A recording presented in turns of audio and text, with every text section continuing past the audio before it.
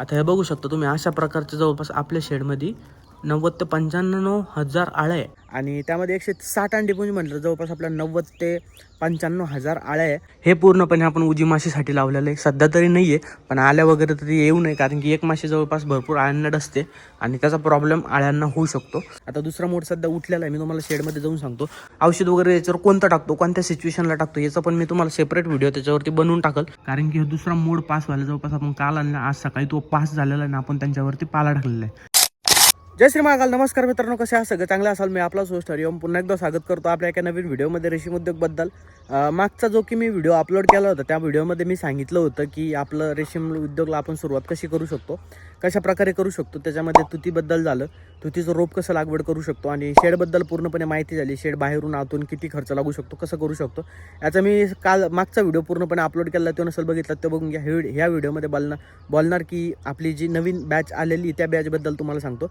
त्याआधी तुम्ही एक कालची रील बघा, माझ्याकडनं ती शूट नव्हती आली. आपण अंडीपुंज कशा प्रकारे आणली ती एकदा रील बघून घ्या. आज आपण आपल्या शेडमध्ये 160 अंडीपुंजच्या आळ्या आणल्या, म्हणजे जवळपास 90 ते 95 हजार आळ्या. नमस्कार शेतकरी मित्रांनो, मी आर्यमन, मी बॅचलर फार्मसी डिग्री कंप्लीट करून करतोय रेशीम उद्योग. काल एक व्हिडिओ मी अपलोड केला होता, त्याला जवळपास एवढ्या कमेंट आल्या होत्या. ते व्हिडिओ होता आपण रेशीम उद्योगला सुरुवात कशी करू शकतो म्हणून. त्याचं एक्सप्लेनेशन मी तुम्हाला पूर्णपणे युट्यूबला फुल व्हिडिओ अपलोड करणं, त्यात काही विषय नाही. पण त्याआधी हे विषय ऐकून घ्या. माझ्या मित्राची एक बॅच आली, त्याच्याबद्दल तुम्हाला डिटेल सांगतो कसं राहतं. तर आता ही बॅच घेतलेली जवळपास 160 अंडीपुंजची, म्हणजे जवळपास 90 ते 95 हजार आळ्या. आणि अशा प्रकारे ट्रे मध्ये ते आपल्याला चौकी आल्या, आपल्याला त्या अंडे जे अंडीपुंजच्या ज्या आळ्या आहे ना, ते आपल्याला प्रोव्हाइड करत असतात. आता माझ्या बोलण्यावर लक्ष द्या बरं. सगळ्या कोस तयार होईपर्यंत ना 4 मोड असते. पहिला दुसरा मोड आपल्याला चौकीतनं येऊन येत असतो, म्हणजे हे जे सगळ्या आळ्या आहे ना, हे दुसऱ्या मोड वरती आपले येत असतात, म्हणजे दुसऱ्या वेळेस झोपलेल्या. दुसरा मोड आहे आपल्याकडे पास करावा लागतो, तिसरा आपल्याकडे बसावं लागतो, उठाव पण लागतो, चौथा पण तशीच प्रोसेस. आता ह्या ज्या आळ्या आहे ना, झाकड पडायच्या आतच आपण सगळ्या बोलवल्या होत्या बरं, म्हणजे वातावरण जे सगळं मेंटेन होतं, त्याच्यामुळे जरी उजेडात आलं तरी काही प्रॉब्लेम नव्हता. तर ते कधी ट्रान्सफर करायचे आपले हे वातावरणावरती डिपेंड असतं बरं. वातावरण जर जसं असलं ना, तसे त्या आळ्या आपल्याला आणावं लागत असतं शेडमध्ये सगळ्यात आधी रेशीमचा पेपर आतरून घेतला, जेणेकरून आपण आळ्या ठेवल्यानंतर त्या खाली पडणार नाही म्हणून. आणि अशा प्रकारे आपण ट्रे मधल्या सगळ्या आळ्या ना, ह्या पूर्णपणे रॅक मध्ये अशा ठेवून दिल्या. आता आज ह्या लक्ष्मी आम्ही आमच्या शेडमध्ये घेऊन घेतल्या बरं. आता ह्या लक्ष्मी आम्हाला 21 दिवसानंतर किती प्रॉफिट देणार हे तुम्ही तुम्हाला समोर सांगलं, त्यात काही विषय नाही. त्यानंतर शेडमधली जी व्हाईट नेट होती पूर्णपणे गुंडळून घेतली. थोडी थंडी आहेच, त्याच्यामुळे जे शेडच्या बाहेरच्या साईडनं जे पिवळं थप्पड हे पण ठेवलं, म्हणजे याच्यामुळे पण रात्री जी थंडी नाही पूर्णपणे कव्हर होती. आजचा व्हिडिओ जर तुम्हाला थोडं पण वाटलं असेल की आपली माहिती दायक आहे म्हणून, तर व्हिडिओला लाईक करा आणि मला फॉलो करून घ्या. याच्यानंतर मी दररोज अपडेट देणारच तुम्हाला बॅच बद्दल. हे व्हिडिओ तुम्ही पूर्णपणे बघितला, त्यामध्ये आपला विषय असा होता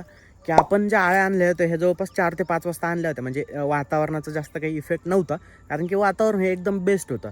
आणि जवळपास आपली 160 अंडीपुंजे, म्हणजे जरी म्हटलं तर अशा कॅरेटमध्ये वगैरे तुम्ही बघू शकता, अशा कॅरेटमध्ये त्या आळ्या वगैरे पूर्णपणे येत असतात. आणि त्यामध्ये 160 अंडीपुंज म्हटलं जवळपास आपल्या 90 ते 95 हजार आळ्या आहे.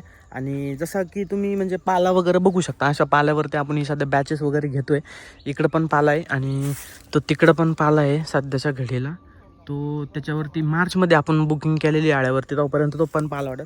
पण हे तुम्हाला समजलं पूर्णपणे की आपलं बॅचेस वगैरे कशा आपण ट्रान्सफर केलं, हे तुम्ही तर रील बघितलं. आता तुम्हाला सांगतो सगळ्यात महत्त्वाचं म्हणजे जे की आळ्या ज्या 4 मोड असतात, त्यामध्ये 4 मोड म्हणजे पहिला दुसरा आपला चौकीतनंच असतो आणि दुसऱ्या मोडवरती झोपलेल्या असतात, त्यामध्ये आपल्याकडेच असतं. दुसरा मोड आपल्या शेडमध्ये पास होतो, तिसरा बसतो आणि उठतो, सेम चौथा पण तशीच प्रोसेस आहे. मी तुम्हाला हळूहळू अपडेट देत चालेल की नेमकं किती आहे फिडिंग नंतर कितवा मोड बसतोय. आता दुसरा मोड सध्या उठलेला आहे, मी तुम्हाला शेडमध्ये जाऊन सांगतो. आता तुम्ही बघितलं शेडचं आपलं स्ट्रक्चर वगैरे, तर पूर्णपणे जे पिवळं थप्पड जे तुम्हाला दिसत असेल, ते पिवळं थप्पड आपण थंडीमुळे लावले, कारण की थंडी थोडी जी नॉर्मल हे होती.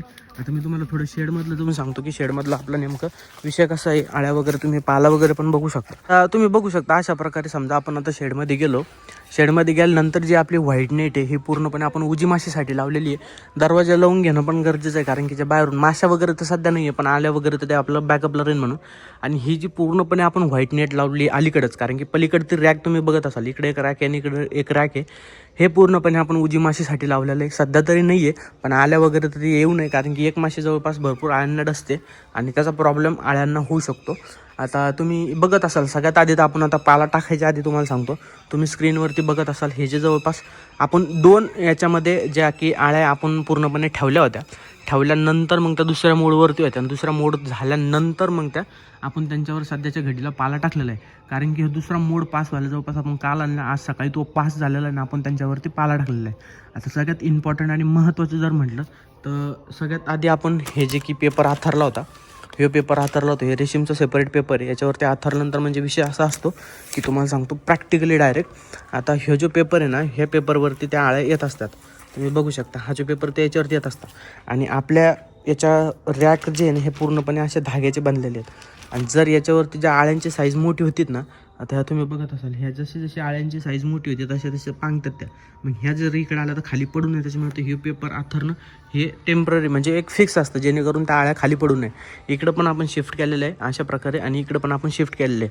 ह्या जवळपास आपल्या 2 रॅकमध्ये जवळपास आता 90 ते 95,000 आळ्या आहे. आणि त्यावरती आपण सध्या आता पाला वगैरे जो काही नॉर्मल टाकलेला आहे, म्हणजे एकदम हळूहळू टाकलेला आहे, जेणेकरून जास्त त्यांच्यावर वजन वगैरे होऊ नये म्हणून. आणि अशा प्रकारे आपण यांच्यावरती सध्या पाला वगैरे टाकलेला तुम्ही बघू शकता. ह्या ज्या आळ्या आहे सध्या पाला वगैरे खाण्याच्या प्रोसेसमध्ये आहे, कारण की या दुसऱ्या मोडवर पास झालेला आहे आपल्या शेडमध्ये. आणि तिसरा आणि चौथा आपल्याला आता जसं जसं बसल तो हळूहळू, कारण की वातावरणावरती पण डिपेंड असतं की त्या जवळपास किती फीडिंग खाऊन मग त्या तिसऱ्या मोडवरती बसणार आहे आणि चौथ्या मोडवरती बसणार आहे. एकदम नॉर्मली आपण पाला ज्या की सध्या पेपरवरती होत्या, त्याच पेपरवरती आपण सध्या त्या आळ्या आहे पाला वगैरे टाकलेला आहे.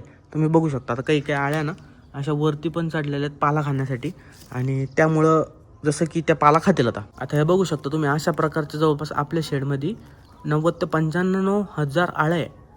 आता पाला टाकलेला आहे, त्या पाल्यावरती तुम्ही बघू शकता अशा प्रकारे चढलेले आहे. आणि त्या पाला खायला त्यांनी सुरुवात पण केलेली आहे.